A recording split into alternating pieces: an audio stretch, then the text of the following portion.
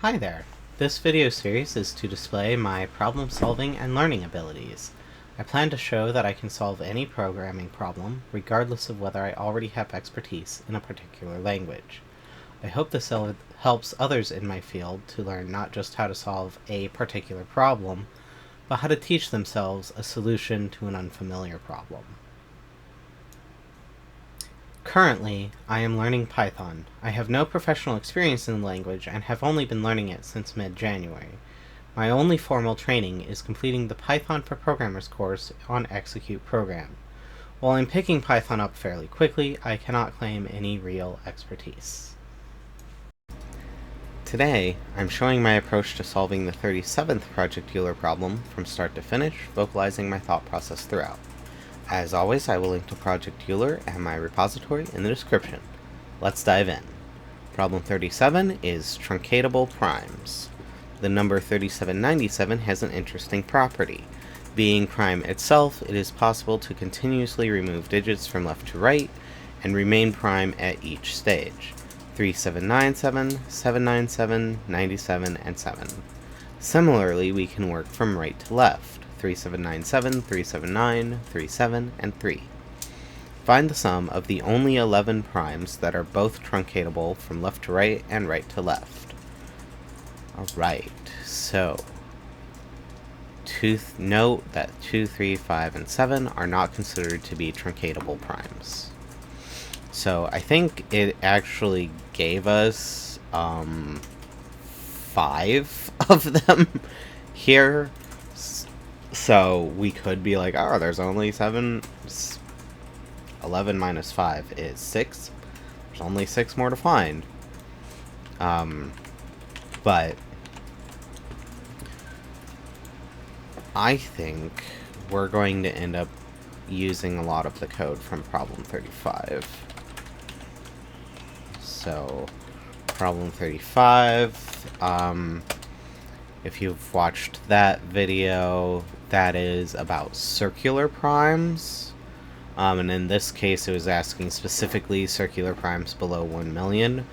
I am going to go out on a limb and say that for this, the truncatable primes from left to right, there's only 11 of them. I'm going to guess that all of them are under 1 million. We'll find out if I'm correct. So, let's see. So we start by importing all of our stuff here.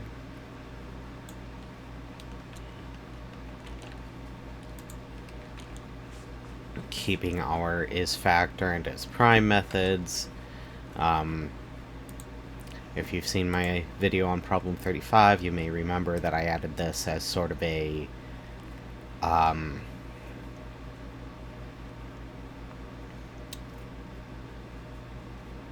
efficiency thing. So yeah, I'm just gonna go ahead and copy this entire file over, basically. But realistically, for n in range 2 to the limit is prime n, and we just threw this in because we wanted to show that, like, this is where any of the slowdown was. So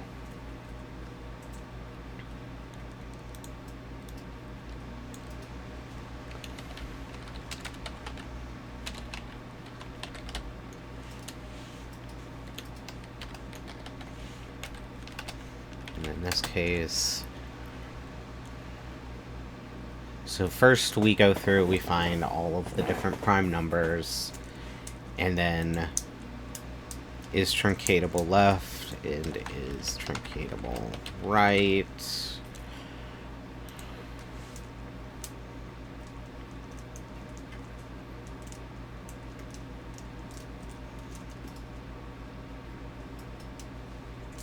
Okay, so here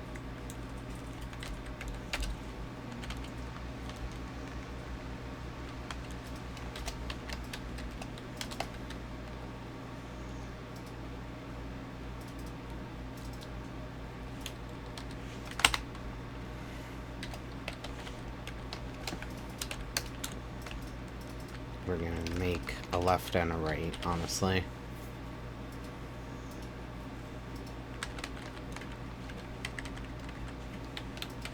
And then, let's see, so going back to our problem statement real quick.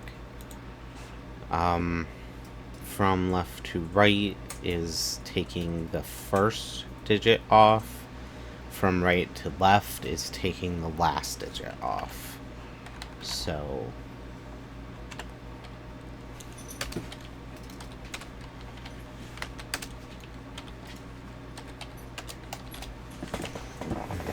this takes off the first digit, this takes off the last digit.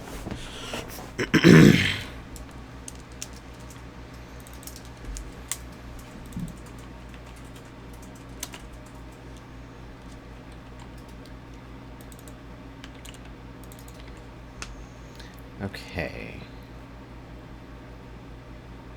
And actually, we're just going to say is truncatable.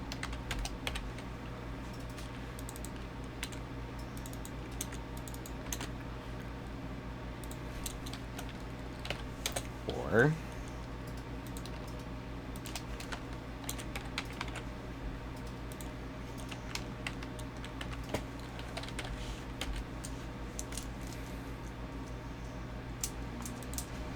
then really quick, we're just gonna go ahead and say,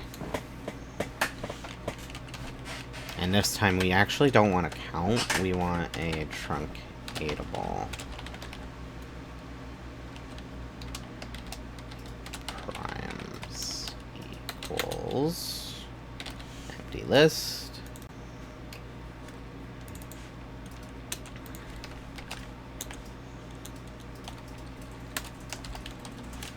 Add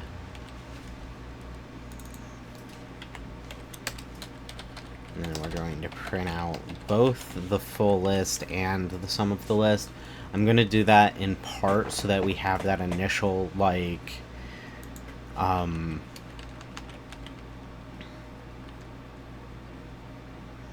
initial check so we can see at a glance, oh, we found more than 11 of them. So we're clearly doing something wrong. So, let's see. If length of string P is greater than 1, then we're just going to continue. So, the purpose of that is so that we don't inadvertently count those 2, 3, 5, 7 that are not truncatable primes because they're only 1 digit long. And then I think this might be too long. I think we want to subtract 1. So let's see. Go through our thing. We've got our 2 methods here. First we go through and we find our primes. Then we go through our primes and find the ones that are truncatable by making these 2 arrays. The array on the left, or the array that's going to the left, we remove the first item. The array going to the right, remove the last item. We use string joining to make it back into a complete string, and then int conversion so that we're checking primes as an int. And then if is truncatable gets set to false, we break. Otherwise, it will stay true, and if it is true, we will add this prime to our shorter prime array. So let's go ahead and run this just to see how well we did. I think it is possible that this will give us the correct answer right away. Okay, so It did not. And that is because I put greater than 1 instead of less than or equal to 1. So, that's my bad.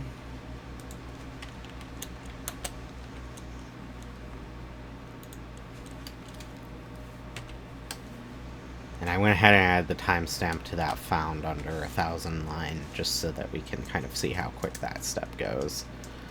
And we see that that step takes 4 seconds all by itself. Going through the second array now.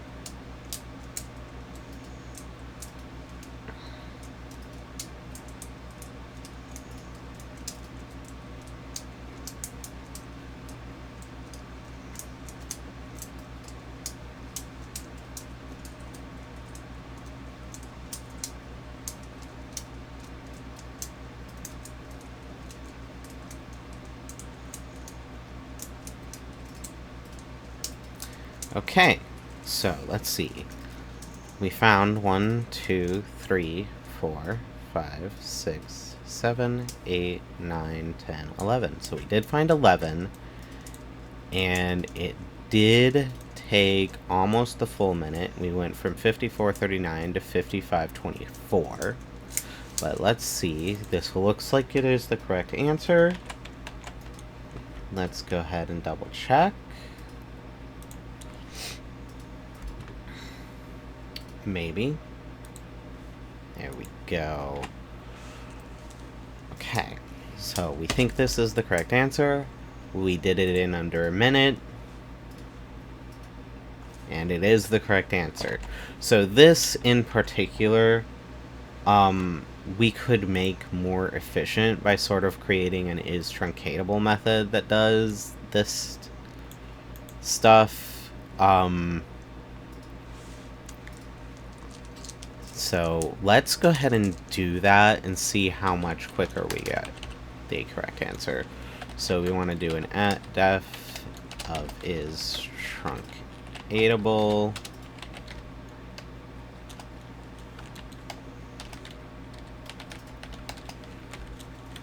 And we want to know that that is a prime. And we really only need this much of the code. So first we take our prime, we convert it to a string. If length of string is less than or equal to 1, we're going to return false. Otherwise, we're going to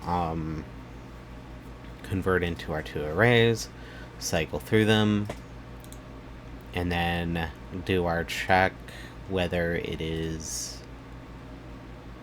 the lower number is in primes, and then if it is not there, we return false. Otherwise, we return true after we've finished going through the loop. So this should work. And now instead of this, we can say if is, and we can move our truncatable primes line up here. If is prime and is truncatable, then truncatable primes dot append n. Otherwise nothing. And then we don't need this. And we just moved all of that into a method. So now the core of our code has become very, very, very small. And honestly, we don't even actually need this print statement. I just like it there for, like, the check. So now all of our logic is built out into these methods. And this is a little bit of a cleaner way to write the code, I think. And it should give us some more efficiency. So let's see how quickly this runs now. So it might still take close to a minute because of how this is truncatable works, not being super efficient. We could make it slightly more efficient by checking truncatable primes instead of just primes, and I think I want to try that next. Obviously, we already found the correct answer. We're just trying to see, can we make the code a little bit more efficient because we were close, or like, yeah. So that went from running it in, what is that, like 45 seconds maybe? Let's see, 24 plus 60 is 84, minus 39 is going to be 45. Yes. It went from taking 45 seconds to taking 25. So, not a huge time savings, but obviously like twice as efficient almost. So let's do this.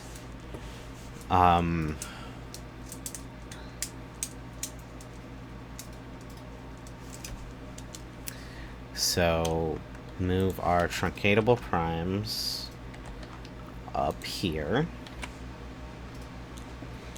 and say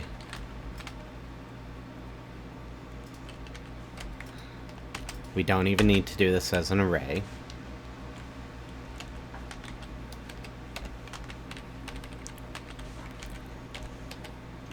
And honestly, we can just return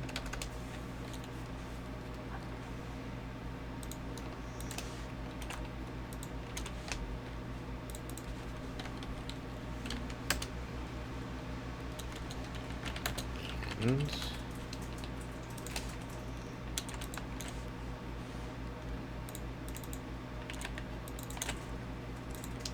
okay, so that should be enough. So why would this work? It works because we're starting from the lowest number and going up and up and up. So like we come in to is truncatable with 2. We hit this line. We come in with 3. We hit this line, etc. until we get to like 11, where we come in here.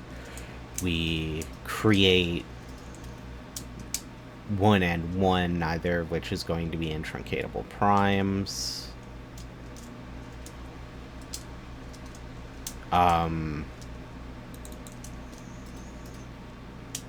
Okay, I don't think this will work because for 20... Let's see. For 23... Yeah, let's put that array back. The for loop.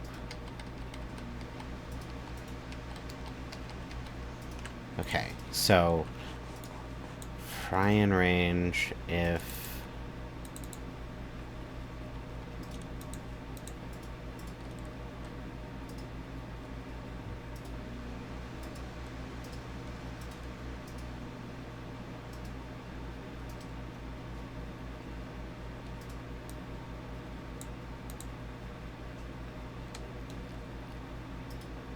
yeah, let's keep checking primes. I think the only way to check it... So... Let's see. So, I think that if we do this... And... if... length of RP left, because they're going to be the exact same length.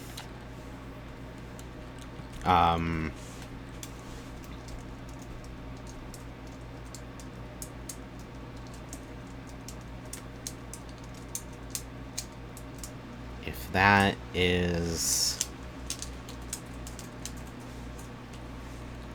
less than or equal to 1,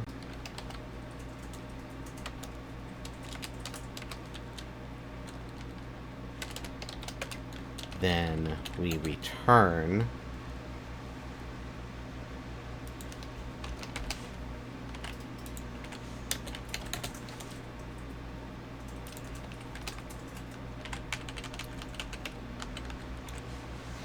right? Because if the integer representation of AP left is going to be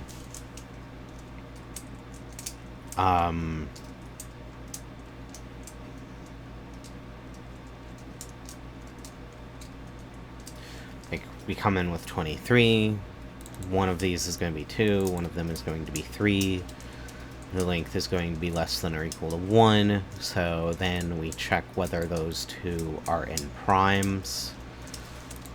Otherwise,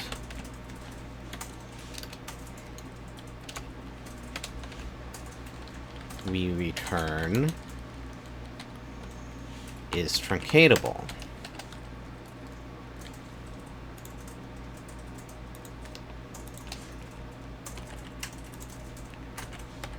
And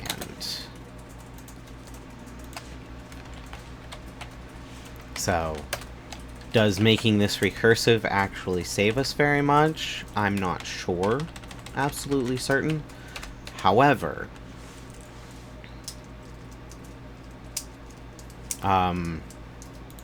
this is probably still going to put us at a little bit of a disadvantage.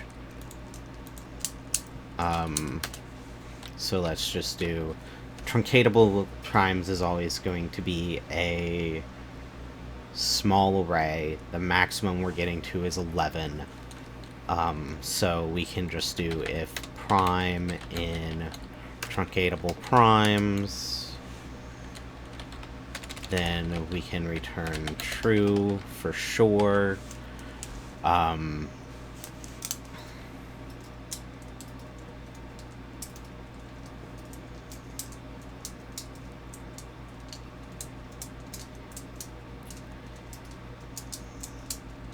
Otherwise,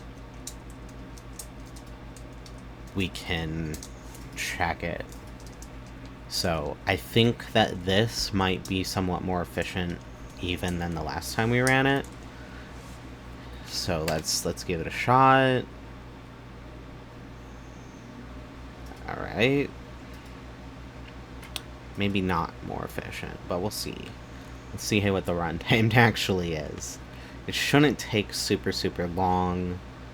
I think if it came in here with, like, first it'll be 2. Okay, so that is clearly the wrong answer.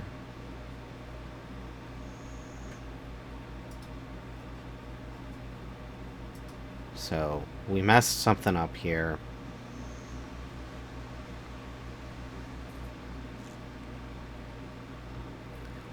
It did get certain correct answers, but it also got 2, 2, 3.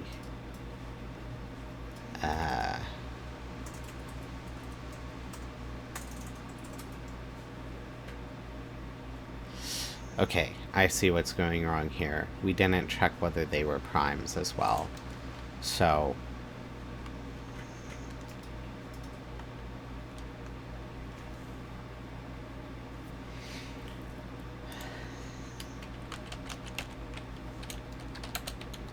or not prime in primes. Return false. Let's see what that gives us. 57 minus 33 is 22 seconds.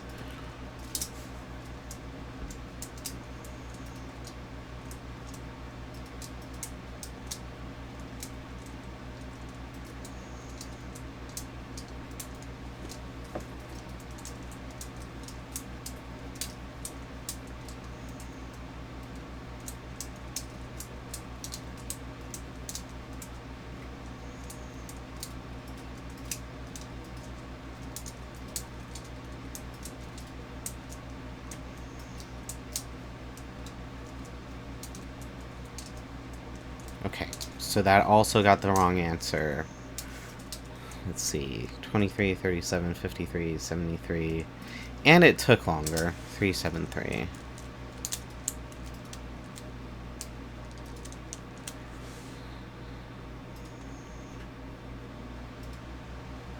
so I missed out on 313 somehow. So let's undo.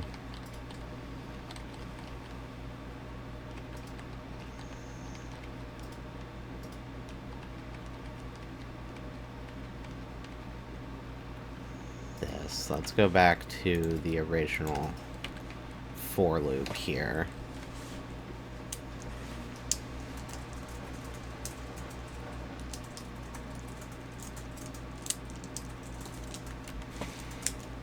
And see that give us the correct answer in 25 seconds again.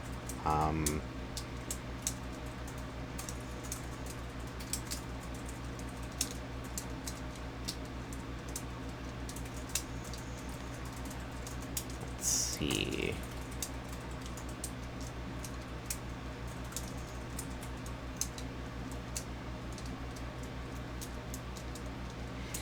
Adding in that recursion. Okay, now we're back to the correct answer, and it did take close to 30 seconds, so maybe not as efficient as I want it to be, but I think now is a good time to call it.